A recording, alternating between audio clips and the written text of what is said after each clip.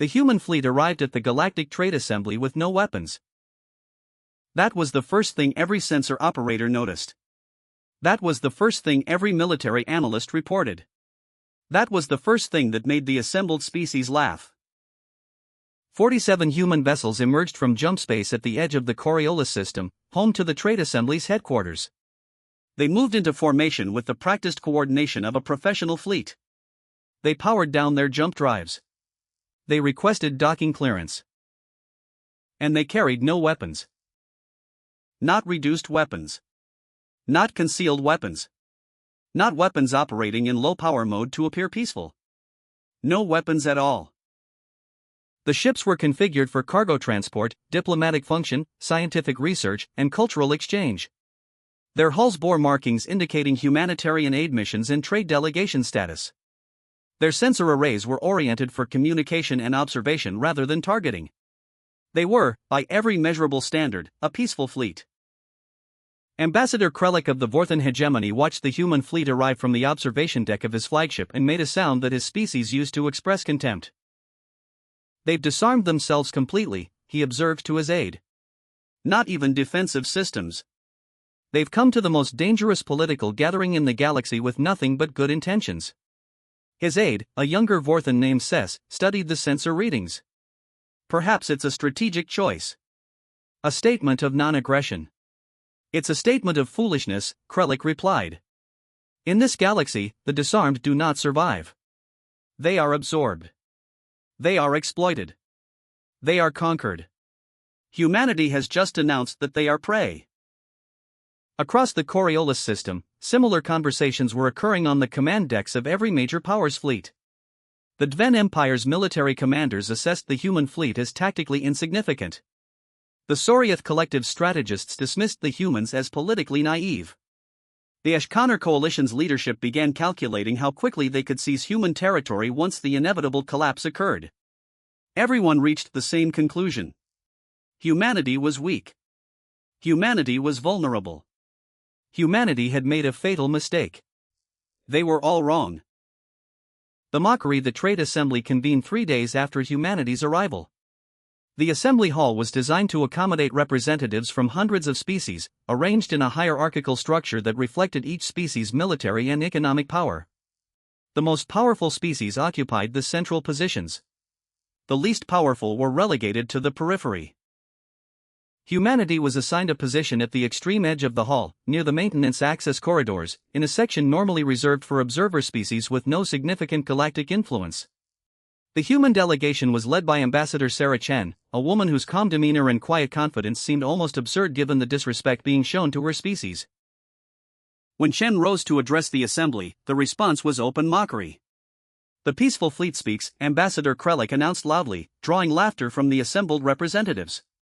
"Tell us, human, how does a species without weapons expect to participate in galactic trade?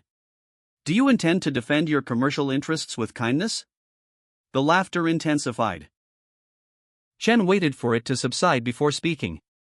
"The Vorthan hegemony," she said calmly, "has expanded its territory through military conquest for the past 3 centuries.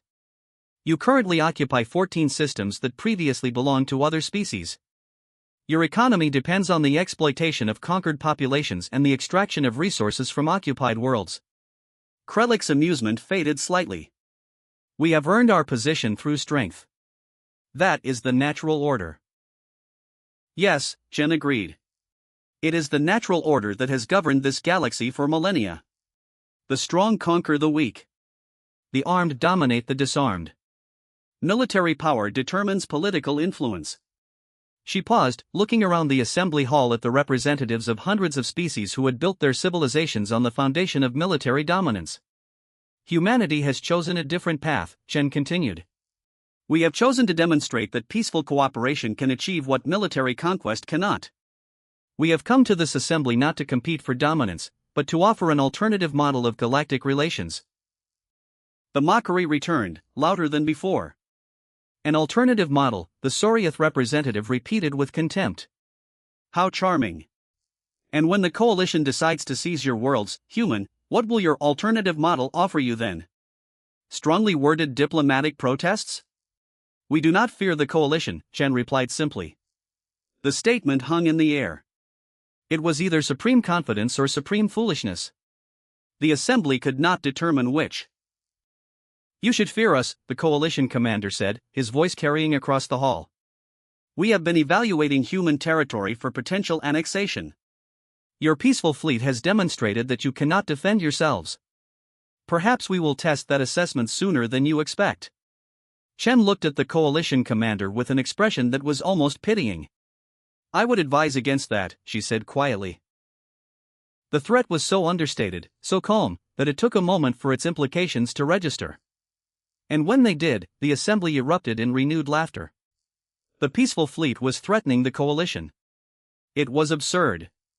It was impossible. It was hilarious. The provocation: the Ashkanar coalition decided to test humanity's confidence 3 weeks later. They did not attack Earth directly. That would have been too obvious, too likely to draw conclave intervention. Instead, they targeted a human colony world at the edge of human space, New Geneva, an agricultural settlement with a population of 2 million. The coalition fleet that arrived at New Geneva consisted of 200 capital ships. It was a force capable of glassing the entire planet, of eliminating the human population, of demonstrating conclusively that the peaceful fleet's confidence had been misplaced. The coalition commander, a battle-hardened veteran named Vorthak, transmitted his demands to the New Geneva colonial government. "This is Fleet Commander Vorthak of the Ashkanar coalition. New Geneva is now claimed as coalition territory. Your population will submit to coalition authority immediately. Any resistance will result in orbital bombardment. You have 1 hour to comply." The response from New Geneva was not submission. It was not resistance. It was a single transmission from the colonial governor: "Your demand has been noted. The peaceful fleet has been notified. We recommend you withdraw immediately." Vorthak laughed at the response. The peaceful fleet. As if 47 unarmed vessels could pose any threat to his 200 warships. He gave the order to begin the bombardment. His weapons officers activated their targeting systems. And then something happened that none of them had anticipated. The arrival: the human peaceful fleet emerged from jump space at the edge of the New Geneva system. 47 vessels. The same ships that had arrived at the trade assembly. The same cargo transports and diplomatic vessels and research ships. The same fleet that carried no weapons. Vorthak's sensor officer reported the arrival with obvious confusion. "Commander, the human peaceful fleet has entered the system. 47 vessels. Same configuration as before. No weapons detected." Vorthak studied the sensor readings. The human fleet was moving into a position between his forces and the planet. A defensive formation. But a defensive formation of unarmed ships was meaningless. "They're trying to shield the planet," Vorthak observed. "Do they think we won't fire because they're in the way?" He opened a channel to the human fleet. "Human vessels, you are interfering with a legitimate coalition military operation. Withdraw immediately or be destroyed along with the colony." The response came from Ambassador Chen, who was apparently aboard the lead human vessel. "Commander Vorthak," she said calmly.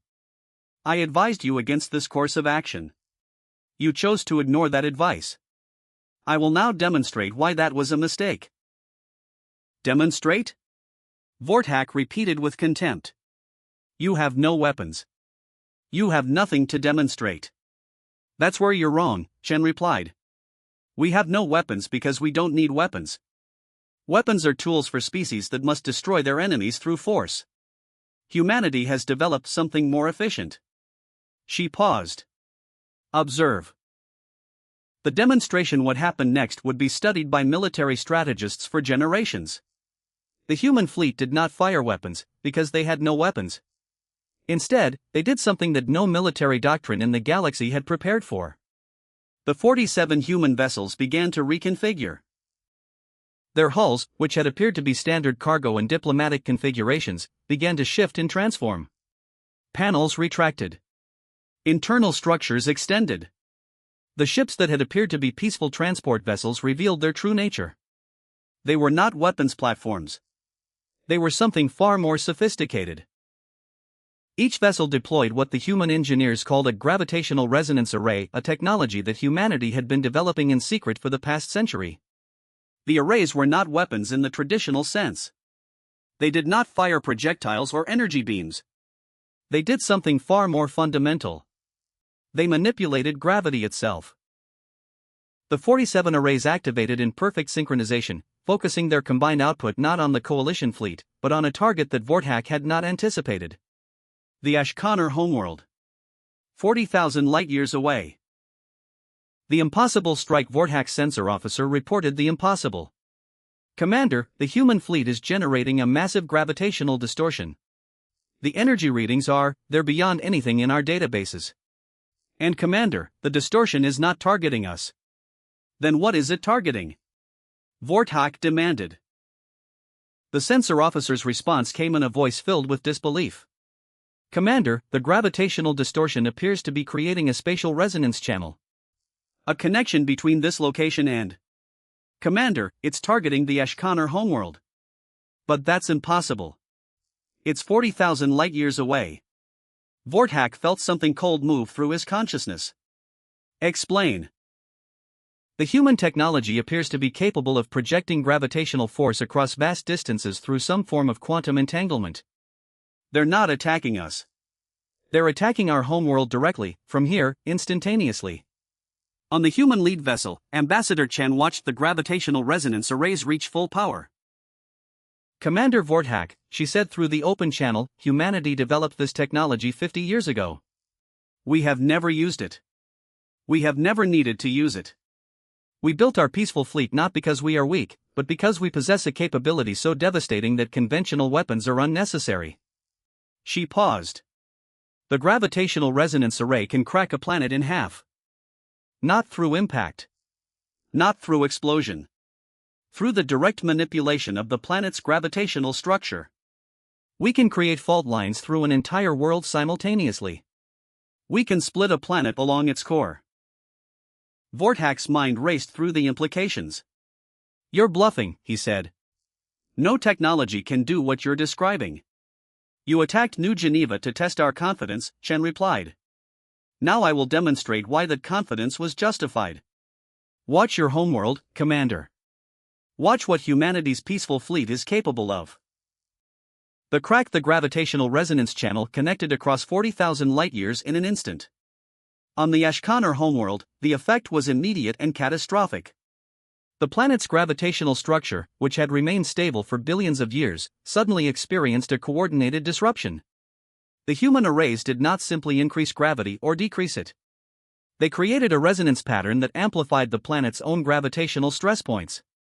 Fault lines that had been dormant for millions of years suddenly activated.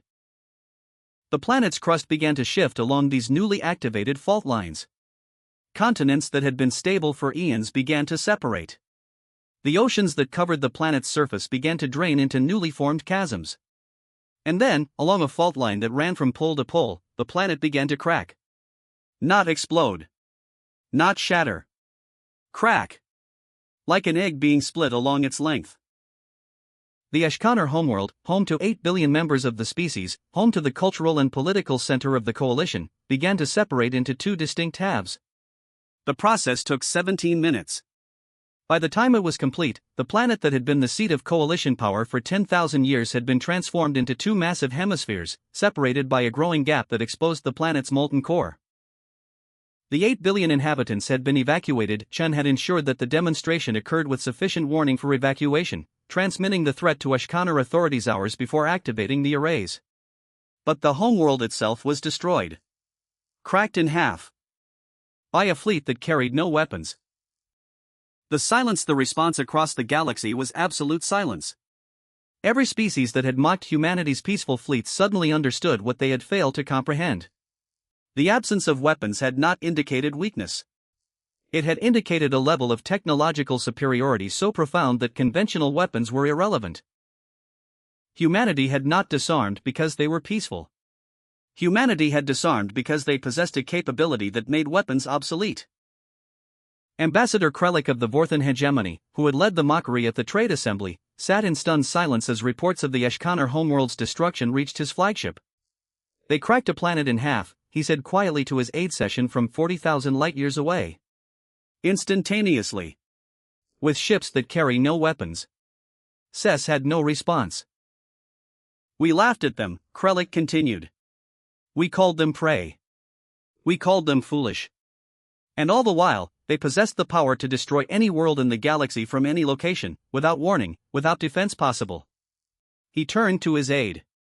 We need to reassess our entire understanding of galactic power dynamics. Immediately. The revelation: the coalition fleet at New Geneva withdrew immediately.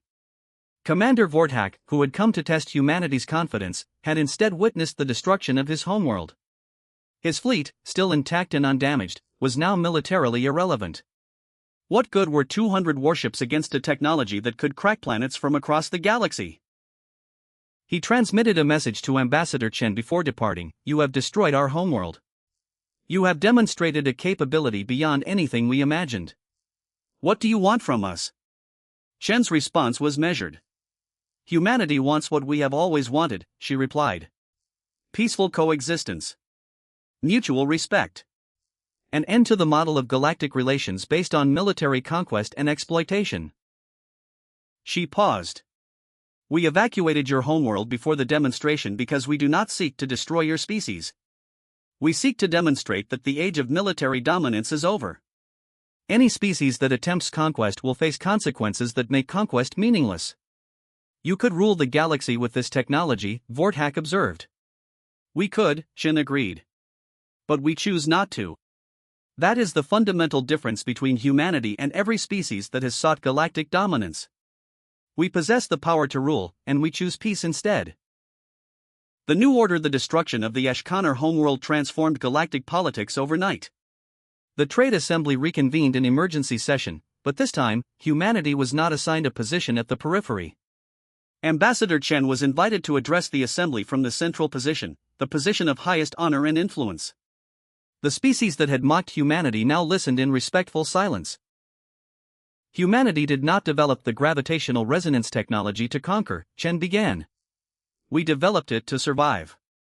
For centuries, we watched the galaxy operate under a system where military power determined political influence.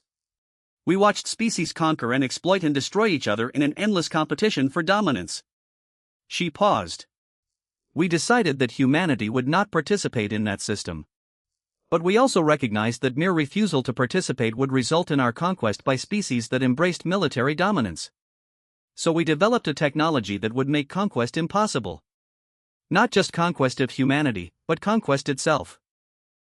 Chen looked around the assembly hall. The gravitational resonance technology can be used against any world in the galaxy. It requires no fleet positioning near the target. It requires no warning. It can be activated from any location, at any time, against any planet. This means that no species can ever again be certain of victory through military conquest. Any species that attempts to conquer another risks the destruction of their own homeworld. We are not proposing humanity as the new galactic ruler, Chen continued. We are proposing the end of rulers entirely. We are proposing a galaxy where no species can dominate another through force. A galaxy where cooperation becomes the only viable strategy because conquest has become impossible. The opposition: not every species accepted humanity's new order willingly. The Dven Empire, with its long history of military dominance, initially refused to acknowledge the transformation. Their emperor issued a statement declaring that the Dven would not be intimidated by human technology, that the empire would maintain its military capabilities and its territorial claims. Chen's response was direct. She invited the Dven emperor to observe a demonstration. Not against the Dven homeworld. Against an uninhabited planet in a neutral system. A demonstration that would show the Dven exactly what the gravitational resonance technology could do. The demonstration was conducted precisely as promised. An uninhabited world, similar in size and composition to the Dven homeworld, was cracked in half from a distance of 60,000 light-years. The Dven emperor watched the demonstration and understood. Military dominance was over. The empire that had maintained its position through superior firepower for millennia was now vulnerable to a technology that made firepower irrelevant. The Dven Empire acknowledged humanity's new order. Not because they wanted to, but because they had no choice. The philosophical shift High Warden North, observing the transformation of galactic politics from his position in the conclave, found himself contemplating the profound implications of humanity's achievement. For his entire 400-year existence, he had operated under the assumption that military power was the fundamental basis of political influence. Species rose and fell based on their military capabilities. Alliances formed and dissolved based on military calculations. The entire structure of galactic civilization was built on the foundation of armed force. Humanity had transformed that foundation overnight. By developing a technology that made military force irrelevant, they had eliminated the basis for military competition.